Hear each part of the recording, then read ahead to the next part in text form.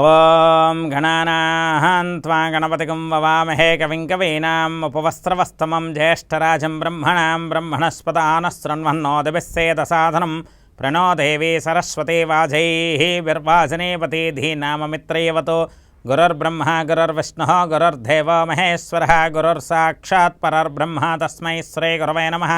సదాశివసమారంభం వ్యాసశంకరమధ్యమాం అస్మదాచార్యపర్యంతం వందే గురుపరంపరాం. నమస్తే అస్తు భగవన్ విశ్వేశ్వరాయ మహాదేవాయ త్రయంబకాయ త్రిపురాంతకాయ త్రికాగ్నికాలాయ కాలాగ్నిరుద్రాయ నీలకంఠాయ మృత్యుంజయాయ సర్వేశ్వరాయ సదాశివాయ శ్రీమన్మహాదేవాయ నమో నమః.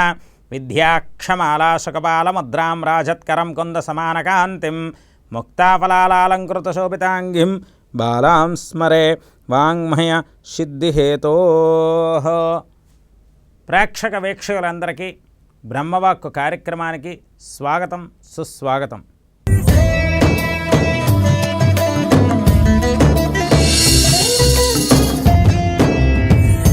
రెండు 5/2025 శుక్రవారం నేటి పంచాంగం. స్వస్తి శ్రీ విశ్వావసనామ సంవత్సరం, ఉత్తరాయణ పుణ్యకాలం, వసంత ఋతువు, వైశాఖ మాసం.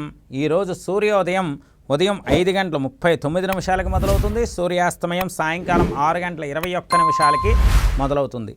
ఈరోజు తిథి వైశాఖ మాస శుక్లపక్ష పంచమి మధ్యాహ్నం 2:41 వరకు. తదుపరి షష్ఠి తిథి. ఈరోజు నక్షత్రం ఆరుద్ర నక్షత్రం సాయంకాలం 6:34 వరకు. తదుపరి పునర్వసు నక్షత్రం. ఈరోజు యోగం సుకర్మ యోగం ఉదయం 9:04 వరకు. తదుపరి ధృతి యోగం.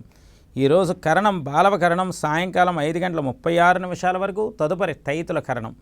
ఈరోజు శుభ సమయాలు చాలా ఆరుద్ర శివ పూజలకి మంచిది.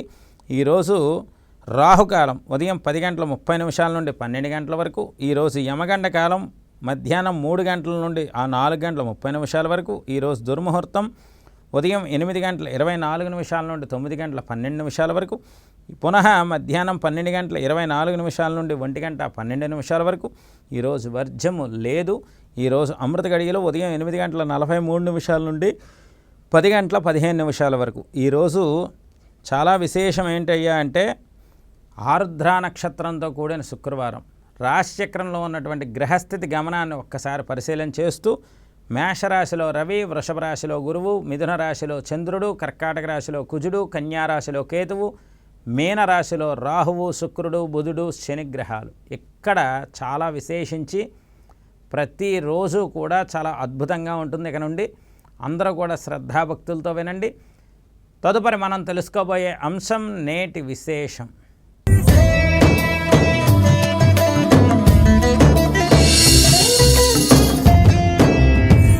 ఓం దుర్గమేదస్తరే కార్యే భయదుఃఖ వినాశినీం పూజయామి సదా భక్త్యాం దుర్గాం దుర్గార్తినాశినీం కాచ్ఛాయనాయ విద్మహే కన్యకుమారి ధీమహి తన్నో దుర్గి ప్రచోదయాత్. ఓం సర్వస్వరూపే సర్వేశే సర్వశక్తి సమన్వితే భయేభ్యేస్త్రాహినో దేవి దుర్గాదేవి నమోస్తుతే. ఓం దుం దుర్గాయే నమః. అమ్మల కన్న అమ్మ ముగురమ్మల మూలపటమ్మ చాలా పెద్దమ్మ సురారులమ్మ కడుపార వేడుకొనిన వచ్చినటువంటి మాయమ్మ దుర్గమాయమ్మ. కష్టాల కడల నుండి మన యొక్క జీవితాన్ని సుఖవంతమైనటువంటి ప్రయాణంలో మన జీవిత దిశ మార్గదర్శకత్వాన్ని వహించేటువంటి కలియుగంలో ధర్మానుసారంగా యుగ ధర్మానికి కట్టుబడి ఉన్నటువంటి ఆ యొక్క అమ్మవారే దుర్గాదేవి అమ్మవారు. దుర్గమ్మ తల్లిని నమ్ముకున్న వారికి కష్టాలు ఉండవు. దుర్గమ్మ తల్లిని ఆ యొక్క వేడుకొని పాదాలను పట్టుకున్న వాళ్ళకి ముత్తైదువుతనం అద్భుతంగా ఉంటుంది. దీర్ఘ సుమంగళి యోగం ఉంటుంది. ఎప్పుడూ కూడా మొహంలో చిరునవ్వు వర్చస్సు, కళా వర్చస్సు అధికంగా ఉంటుంది. ఏమిటి దుర్గాదేవి యొక్క విశిష్టత అంటే ఆ యొక్క అమ్మవారు మహాకాళి, మహాలక్ష్మి, మహాసరస్వతి, త్రిగుణాత్మక త్రిశక్తి స్వరూపిణిగా ఉండేటువంటి అమ్మవారు కావున ఆ అమ్మవారిని శుక్రవారం నాడు ప్రతి ముత్తైదువు కూడా చిన్న పెద్ద తారతమ్యం లేకుండా ప్రతి ఒక్కరూ కూడా చక్కగా దుర్గాదేవి ఆరాధన చేయడం వల్ల రాహువు అనేటువంటి గ్రహం యొక్క దోషం అంతా పోతుంది. ఎందుకు దుర్గాదేవికి ఆ రాహుదోషం ఎలా పోతుంది అంటే మనిషి విపరీతమైనటువంటి ఆకర్షణలకి, ఆ విపరీతమైనటువంటి కొన్ని ప్రలోభాలకి లోను కాకుండా వాస్తవిక జీవితంలో తృణప్రాయంగా ఆ కష్టాలన్నిటినీ దూరం చేయగలిగే ఏకైక శక్తి దుర్గాదేవి. అందువల్ల ఎప్పుడూ కూడా దుర్గమ్మ తల్లిని ప్రతి నిత్యము 3 పూట్ల ఆరాధన చేయాలి. ఒకవేళ అది కుదరని నాడు యాంత్రిక జీవన గమనంలో ఉన్న మనకి కనీసం శుక్రవారం నాడైనా చక్కగా ముత్తైదువుల కాళ్ళకి పసుపు రాసుకుని, గడపకి పసుపు రాసి, ఆ యొక్క వరిపిండి బొట్టు, కుంకుమ బొట్టు పెట్టుకుంటూ చక్కగా దుర్గమ్మ తల్లికి ఇష్టమైనటువంటి వేప కొమ్మని, పసుపు, ఆ యొక్క మామిడి కొమ్మని, వేప కొమ్మని అలాగే మామిడి కొమ్మని కలిపి తోరణంగా కట్టి, ఆ తర్వాత దుర్గాదేవికి ఇష్టమైనటువంటి సాంబ్రాణి గుగ్గిలం చక్కగా ఇల్లంతా పొగవేసి, అలాగే ఆ యొక్క అమ్మవారి యొక్క స్తోత్ర పారాయణ చేసుకుంటూ అమ్మవారి దుర్గాసూక్తం జాతవేద శేషునమామ సోమ మరాతి యతోనిదహ నివేద ఆ మంత్రాన్ని చదువుకుంటూ దుర్గాదేవి యొక్క నైవేద్యం అమ్మవారికి ప్రీతికరం పులిహార, దధ్యాన్నం, గారెలు, అలాగే కొబ్బరికాయ, బెల్లం ఇత్యాదివి మనకి ఏది లభిస్తే అది. తల్లిని ఎప్పుడూ కూడా మనసా వాచా కర్మేణ నమ్మి చేసేది ఏదైనా అమ్మవారికి ఇష్టమే. అందుకే దుర్గాదేవికి ప్రతి శుక్రవారం నాడు కూడా ఆరాధన చెయ్యాలి, పూలతో అలంకరించాలి, విగ్రహానికి పూలమాల వెయ్యాలి, ఇత్యాదివన్నీ చేస్తూ ఉంటే మన యొక్క జీవితం ఎటువంటి ప్రలోభాలకి ఆకర్షితులకే కాకుండా మనిషి వాస్తవికంగా ముల్లేటువంటి జీవితంలో మొహంలో కళావర్చస్సు అధికంగా ఉంటూ అద్భుతమైనటువంటి యోగాన్ని పొందుతారు. ఈ విధంగా నేటి విశేషాన్ని మనం చెప్పుకున్నాం అమ్మవారి గురించి. తదుపరి మనం తెలుసుకోబోయే అంశం 12 రాశుల నేటి గోచార ఫలితాలు.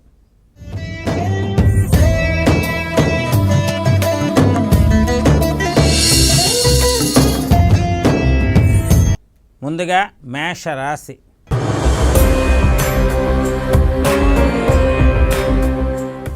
అశ్విని నక్షత్రం 1, 2, 3, 4 పాదాలు, భరణి 1, 2, 3, 4 పాదాలు, కృత్తిక 1వ పాదంలో ఉన్నటువంటి మేషరాశి జాతకులందరికీ కూడా చాలా విశేషించి ఒక శుభ కార్యక్రమంలో పాల్గొనే ఆనందంతో ఈరోజు మీ యొక్క జీవన గమనం ముందుకు వెళ్తుంది. అందువల్ల మేషరాశి వారికి ప్రస్తుతం చంద్రబలం అద్భుతంగా ఉంది. ఆ చంద్రబలం వల్లే మనస్సుకి ఆనందంగా ఉంటుంది. కానీ ఏలినాటి శని ప్రభావ తీవ్రత మేషరాశి వారికి ఉన్నది. అనవసరమైన నిందలు కూడా కాస్తారు. అర్ధాష్టమ కుజుడు, రాశిచక్రంలో రవి.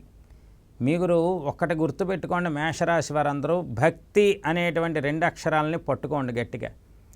ఆ యొక్క భక్తి మార్గంలో ప్రతి నిత్యము కూడా భగవంతుడి యొక్క ఆరాధనని విస్మరించకుండా ముందుకు వెళ్ళండి. ఈరోజు శుక్రవారం చాలా అద్భుతమైనటువంటి రోజు. రాహుకాలంలో దుర్గాదేవి ఆరాధన చేయండి. దుర్గమ్మ తల్లి యొక్క అష్టోత్తర శతనామావళి చదువుకుని అమ్మవారికి తేనె నైవేద్యం పెట్టండి. తేనె నివేదన చేస్తే మనస్సు ప్రశాంతంగా ఉంటుంది, ఆరోగ్యంగా ఉంటుంది, ఐశ్వర్యవంతులవుతారు. మనస్సులోనే ఉన్నటువంటి తీరని కోరికలు కూడా తీరి అద్భుతంగా ముందుకు నడుస్తుంది. తదుపరి మనం తెలుసుకోబోయే రాశి వృషభ రాశి.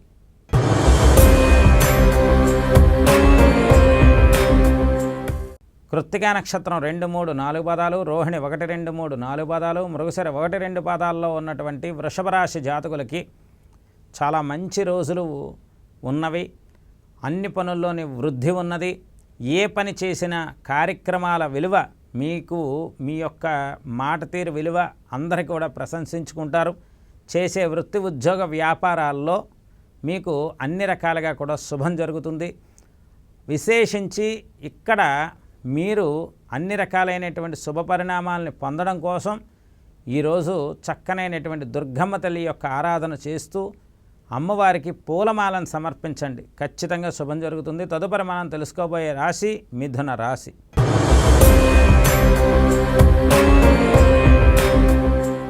మృగశిర నక్షత్రం 3, 4 పాదాలు, ఆరుద్ర 1, 2, 3, 4 పాదాలు, పునర్వసు 1, 2, 3 పాదాల్లో ఉన్నటువంటి మిథున రాశి వారికి ఆ యొక్క చంద్రబలంతో దూసుకుపోతారు. ఇంకా ఏ పని చేసినా అవలేలగా ముందుకు వెళ్ళిపోతుంది.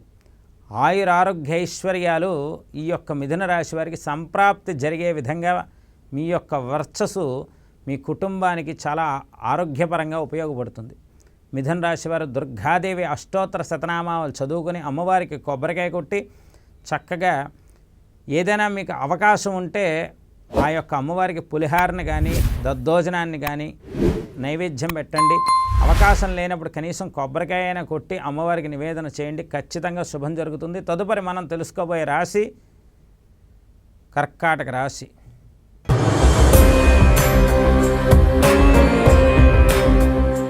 పునర్వసు నక్షత్రం 4వ పాదం, పుష్యమి 1, 2, 3, 4 పాదాలు, ఆశ్లేష 1, 2, 3, 4 పాదాల్లో ఉన్న కర్కాటక రాశి జాతకులకి ద్వాదశ స్థాన చంద్రుడి వల్ల మనస్సు కొంచెం ఇబ్బందికరంగా ఉంటుంది. ఏదైనా సాధిద్దాము, లక్ష్య సాధన చేద్దాము అని ముందుకు వెళ్తుంటే ఏదో ఒక అడ్డంకి రావడం ఈరోజు చెప్పుకోనేటువంటి గమనార్హం.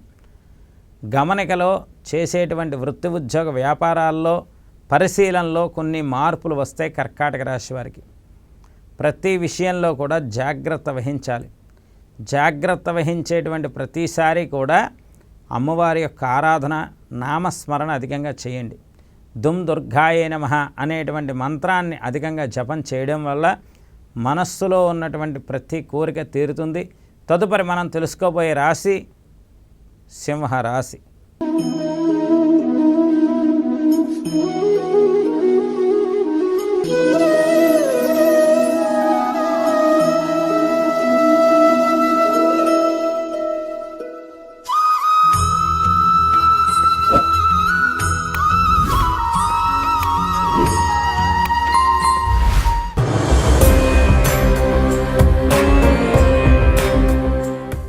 మకా నక్షత్రం 1, 2, 3, 4 పాదాలు, పుబ్బా నక్షత్రం 1, 2, 3, 4 పాదాలు, ఉత్తరా నక్షత్రం 1వ పాదంలో ఉన్న సింహరాశి జాతకులందరికీ కూడా సాధారణం కన్నా అధికమైన ఆనందకరమైన రోజు, మీరు చేసే తీర్థయాత్రలో సఫలీకృతమయ్యే రోజు ఈ యొక్క సింహరాశి వారికి ఈరోజు. ఏ పని మొదలు పెట్టండి మీకు అద్భుతంగా ముందుకు వెళ్తుంది. అన్ని రకాలైనటువంటి యోగవంత కాలం కూడా ఇదే. అందువల్ల అద్భుతమైనటువంటి ప్రణాళికాబద్ధమైనటువంటి జీవితాన్ని అనుభవించబోతున్నారు. బాధ్యతలన్నీ మీరు ఒకటి తర్వాత ఒకటి నెరవేర్చుకుంటున్నారనే ఆనందంలో ఈ యొక్క సింహరాశి వారికి అన్ని రకాలుగా కూడా గ్రహబలం చేదోడు వాదోడుగా ఉంటుంది. మీకు రానున్న కాలంలో గురుబలం పెరిగి అపర కుబేర మహారాజయోగం వస్తున్నా కూడా ఆశ్చర్యపోవక్కర్లేదు. అందువల్ల సింహరాశి వారికి ప్రస్తుతం గ్రహస్థితి అద్భుతంగా ఉంది. కావున దుర్గాదేవి ఆరాధన చేసి మినపప్పుని దక్షిణతో సహా దానం ఇవ్వండి, లేకపోతే మినుగుల్ని దానం ఇవ్వండి. ఏదైనా సరే దానం మినుగులు కానీ మినపప్పు కానీ ఇవ్వడం వల్ల అష్టమ రాహు దోషం అనేది పోయి ప్రశాంత చిత్తంగా ఉండేటువంటి జీవనానికి నాంది పలుకుతుంది. తదుపరి మనం తెలుసుకోబోయే రాశి కన్యా రాశి.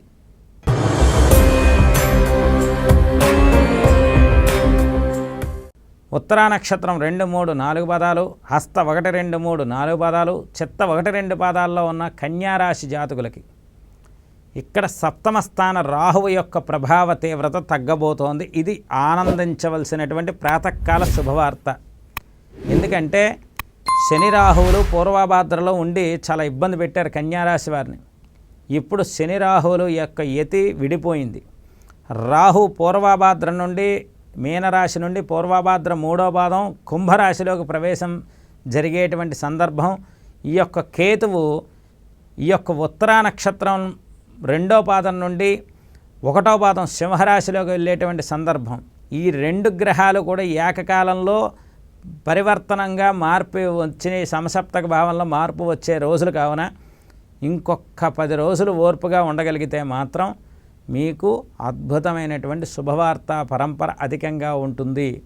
అందువల్ల ప్రతి ఒక్కరూ కూడా జాగ్రత్త వహిస్తూ ప్రతి పనిలోని కూడా అద్భుతమైనటువంటి శుభవార్తలు వినే రోజులు వచ్చాయి. కాబట్టి దుర్గాదేవి అమ్మవారికి గులాబీ మాల వేసి స్తోత్రపారాయణ చేయండి, కలిసి వస్తుంది. తదుపరి మనం తెలుసుకోబోయే రాశి తులారాశి.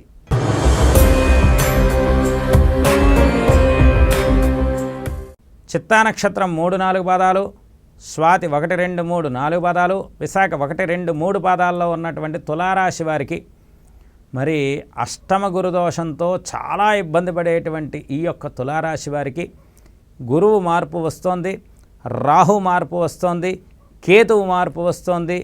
అలాగే విశేషించి మిగిలిన గ్రహాల యొక్క మార్పు కూడా రాబోతున్నది. కావున ఇప్పటిదాకా మీ మాట చెల్లుబడి కాని రోజుల నుండి ఇక మే 2, 2025 నుండి తులారాశి వారి యొక్క మాట చెల్లుబడి అయ్యే విధంగా మీకు అన్ని రకాలుగా శుభం జరిగే విధంగా ఉంటుంది. దుర్గాదేవి అమ్మవారి యొక్క ఆరాధన ఖచ్చితంగా ఈ శుక్రవారం రాహుకాలంలో అధికంగా చేయండి, శుభం జరుగుతుంది. శత్రువర్గం యొక్క దృష్టి పూర్తిగా నశించిపోతుంది. తదుపరి మనం తెలుసుకోబోయే రాశి వృశ్చిక రాశి.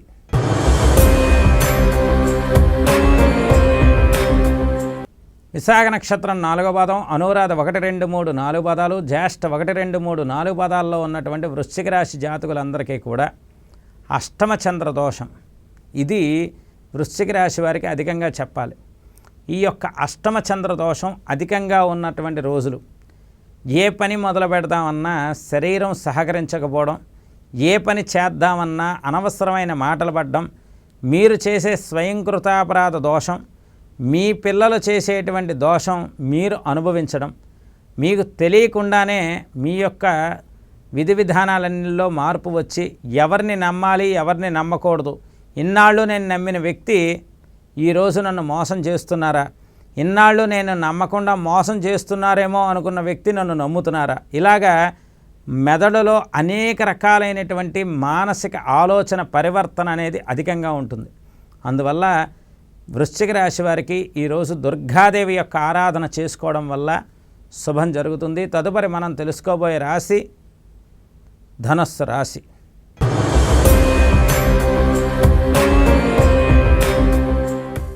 మూలా నక్షత్రం 1, 2, 3, 4 పాదాలు, పూర్వాషాఢ 1, 2, 3, 4 పాదాలు, ఉత్తరాషాఢ 1వ పాదంలో ఉన్నటువంటి ధనుర్రాశి జాతకులందరికీ కూడా సప్తమ స్థానంలోకి వెళ్ళినటువంటి చంద్రబలంతో వీరి యొక్క రాజవైభోగ కళ పూర్తిగా మారిపోతుంది.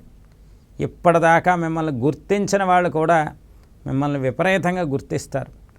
వ్యాపార లాభం అద్భుతం, వ్యవహార లాభం అద్భుతం, మిమ్మల్నిగా ప్రేమించే వాళ్ళ సంఖ్య పెరిగేటువంటి యోగం, ఏ పని చేయని ధనుస్సు రాశి వారికి కలిసి రావడం, ముఖ్యంగా ధనయోగం అధికంగా ఉండడం ఇత్యాదివన్నీ కూడా ఈ యొక్క ధనుస్సు రాశి వారికి చాలా అద్భుతంగా ఉంది. నిజంగా చెప్పాలంటే ధనుస్సు రాశి వారికి కష్టాల యొక్క స్థితి 190% ఉండేది, ఇప్పుడు 9%కు పడిపోయింది. అంటే సుఖవంతమైన జీవితానికి అధికమైనటువంటి నాంది ఈ యొక్క 2025లో ధనుస్సు రాశి వారికి ఉందని చెప్పాలి.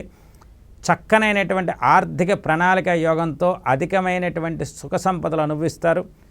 ఈ యొక్క ధనుస్సు రాశి వారు దుర్గాదేవి ఆరాధన చేస్తే ఇంకా అద్భుతంగా ఉంటుంది. చతుర్ధరాహు యొక్క దోషం పోతుంది. తదుపరి మనం తెలుసుకోబోయే రాశి మకర రాశి.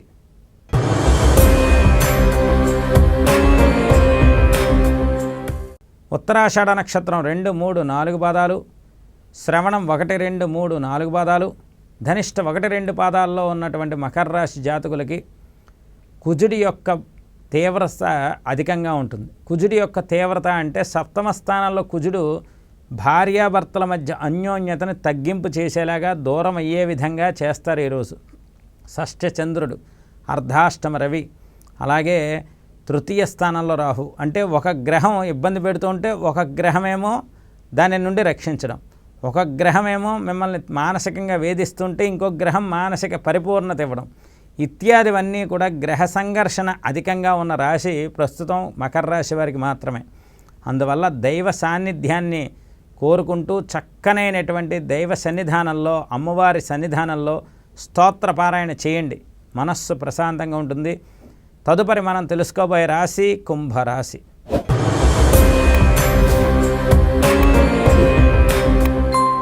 ధనిష్ట నక్షత్రం 3, 4 పాదాలు, శతభిషం 1, 2, 3, 4 పాదాలు, పూర్వభాద్ర 1, 2, 3 పాదాల్లో ఉన్నటువంటి కుంభరాశి వారికి అధికమైనటువంటి ప్రశంసల జల్లు, ఏ పని చేసినా అద్భుతమైనటువంటి యోగవంతమైన కాలంగా కుంభరాశి వారి యొక్క పేరు ప్రఖ్యాతుల ఆకాశాన్ని అంటేటువంటి విధంగా ఈ యొక్క కుంభరాశి వారికి అద్భుతంగా ఉన్నది. ప్రతి పనిలోనే కూడా మీకు గ్రహబలం సహకరిస్తోంది.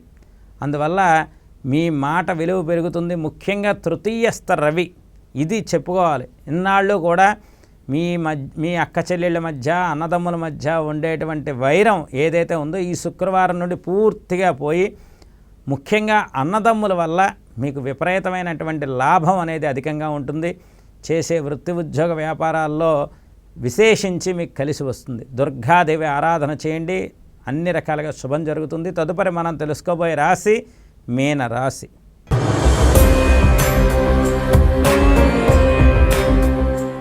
పూర్వభాద్ర నక్షత్రం 4వ పాదం, ఉత్తరాభాద్ర 1, 2, 3, 4 పాదాలు, రేవతి 1, 2, 3, 4 పాదాల్లో ఉన్నటువంటి మీనరాశి వారికి అర్ధాష్టమ చంద్రదోషంతో చాలా విశేషించి మనస్సు చాలా బాధగా ఉండేటువంటి రోజులు. అందువల్ల మీనరాశి వారు తొందరపడి ఏమీ మాట్లాడకూడదు. ఈరోజు మౌనంగా ఉండాలి. అధికమైనటువంటి దైవ సాన్నిధ్యంలో మీకు దగ్గరలో ఉన్న శివాలయానికి వెళ్ళండి, స్వామి దర్శనం చేసుకోండి. లేకపోతే ఒక దుర్గాదేవి అమ్మవారి గుడికి వెళ్ళండి, అమ్మవారి దర్శనం చేసుకోండి. ఒక అరగంట కూర్చుని ప్రశాంతంగా జపం చేసుకోండి. ఎందుకంటే కొన్ని సందర్భాల్లో కొన్ని స్థానాల్లో చంద్రుడు ఇచ్చేటువంటి ప్రతి గ్రహస్థితి కూడా చాలా ఇబ్బందికరంగా ఇస్తాడు. విశేషించి చంద్రుడు అనేటువంటి గ్రహం మీనరాశి వారికి పంచమ స్థానాధిపతి. అందువల్ల ఏదెచ్చినా విపరీతంగానే, కోపమైన, ఆవేశమైన, ఆనందమైన, ఏ బాధ అయినా అన్నీ విపరీతంగానే ఇస్తారు. కావున మీనరాశి వారు జపస్తోత్ర పారాయణ చేయడమే అధికంగా చేసుకుంటే శుభం జరుగుతుంది. ఈ విధంగా ద్వాదశ రాశులకి నేటి శుభ ఫలితాలు చెప్పాం. తదుపరి మనం తెలుసుకోబోయే అంశం నేటి ధర్మ సందేహాలు.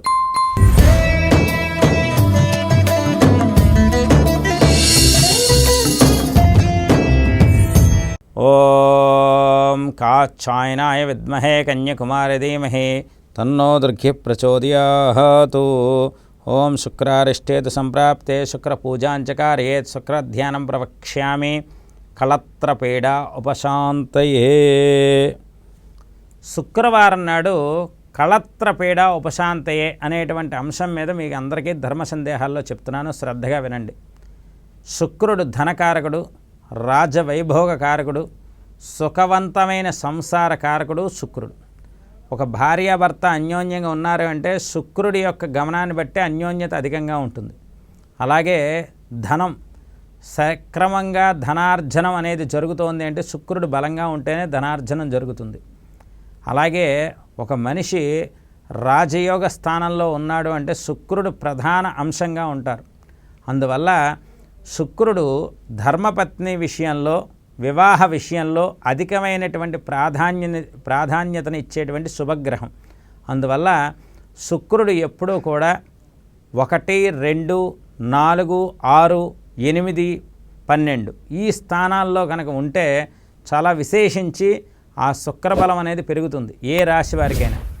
ముఖ్యంగా ఏకాదశ స్థాన శుక్రుడు అంటే 11వ ఇంట్లో ఉన్నటువంటి శుక్రుడి వల్ల విపరీత రాజయోగం కూడా రావడానికి అవకాశం అధికంగా ఉంటుంది. ఏకాదశ స్థాన శుక్రుడు రాజయోగాన్ని, విపరీత రాజయోగాన్ని కూడా ఇస్తారు. అందువల్ల గోచారంలో ఉన్నటువంటి శుక్రగ్రహం యొక్క స్థితిని బట్టి కూడా శుక్రవార నియమాలు పాటిస్తూ ఉండడం ప్రతి ఒక్కరూ చెప్పుకోదగ్గ అంశం. కావున ప్రతి ఒక్కరూ కూడా శుక్రవారం దుర్గాదేవి ఆరాధన చేస్తే శుక్రగ్రహం యొక్క అనుగ్రహం కూడా లభించి జీవితంలో ధనానికి, మన యొక్క జీవన గమనంలో ఉన్నటువంటి చిరునవ్వుకి లోటు లేకుండా భార్యాభర్తల మధ్య అన్యోన్యత అధికంగా ఉంటుంది. ఈ విధంగా నేటి ధర్మ సందేహాన్ని మనందరం చెప్పుకున్నాం.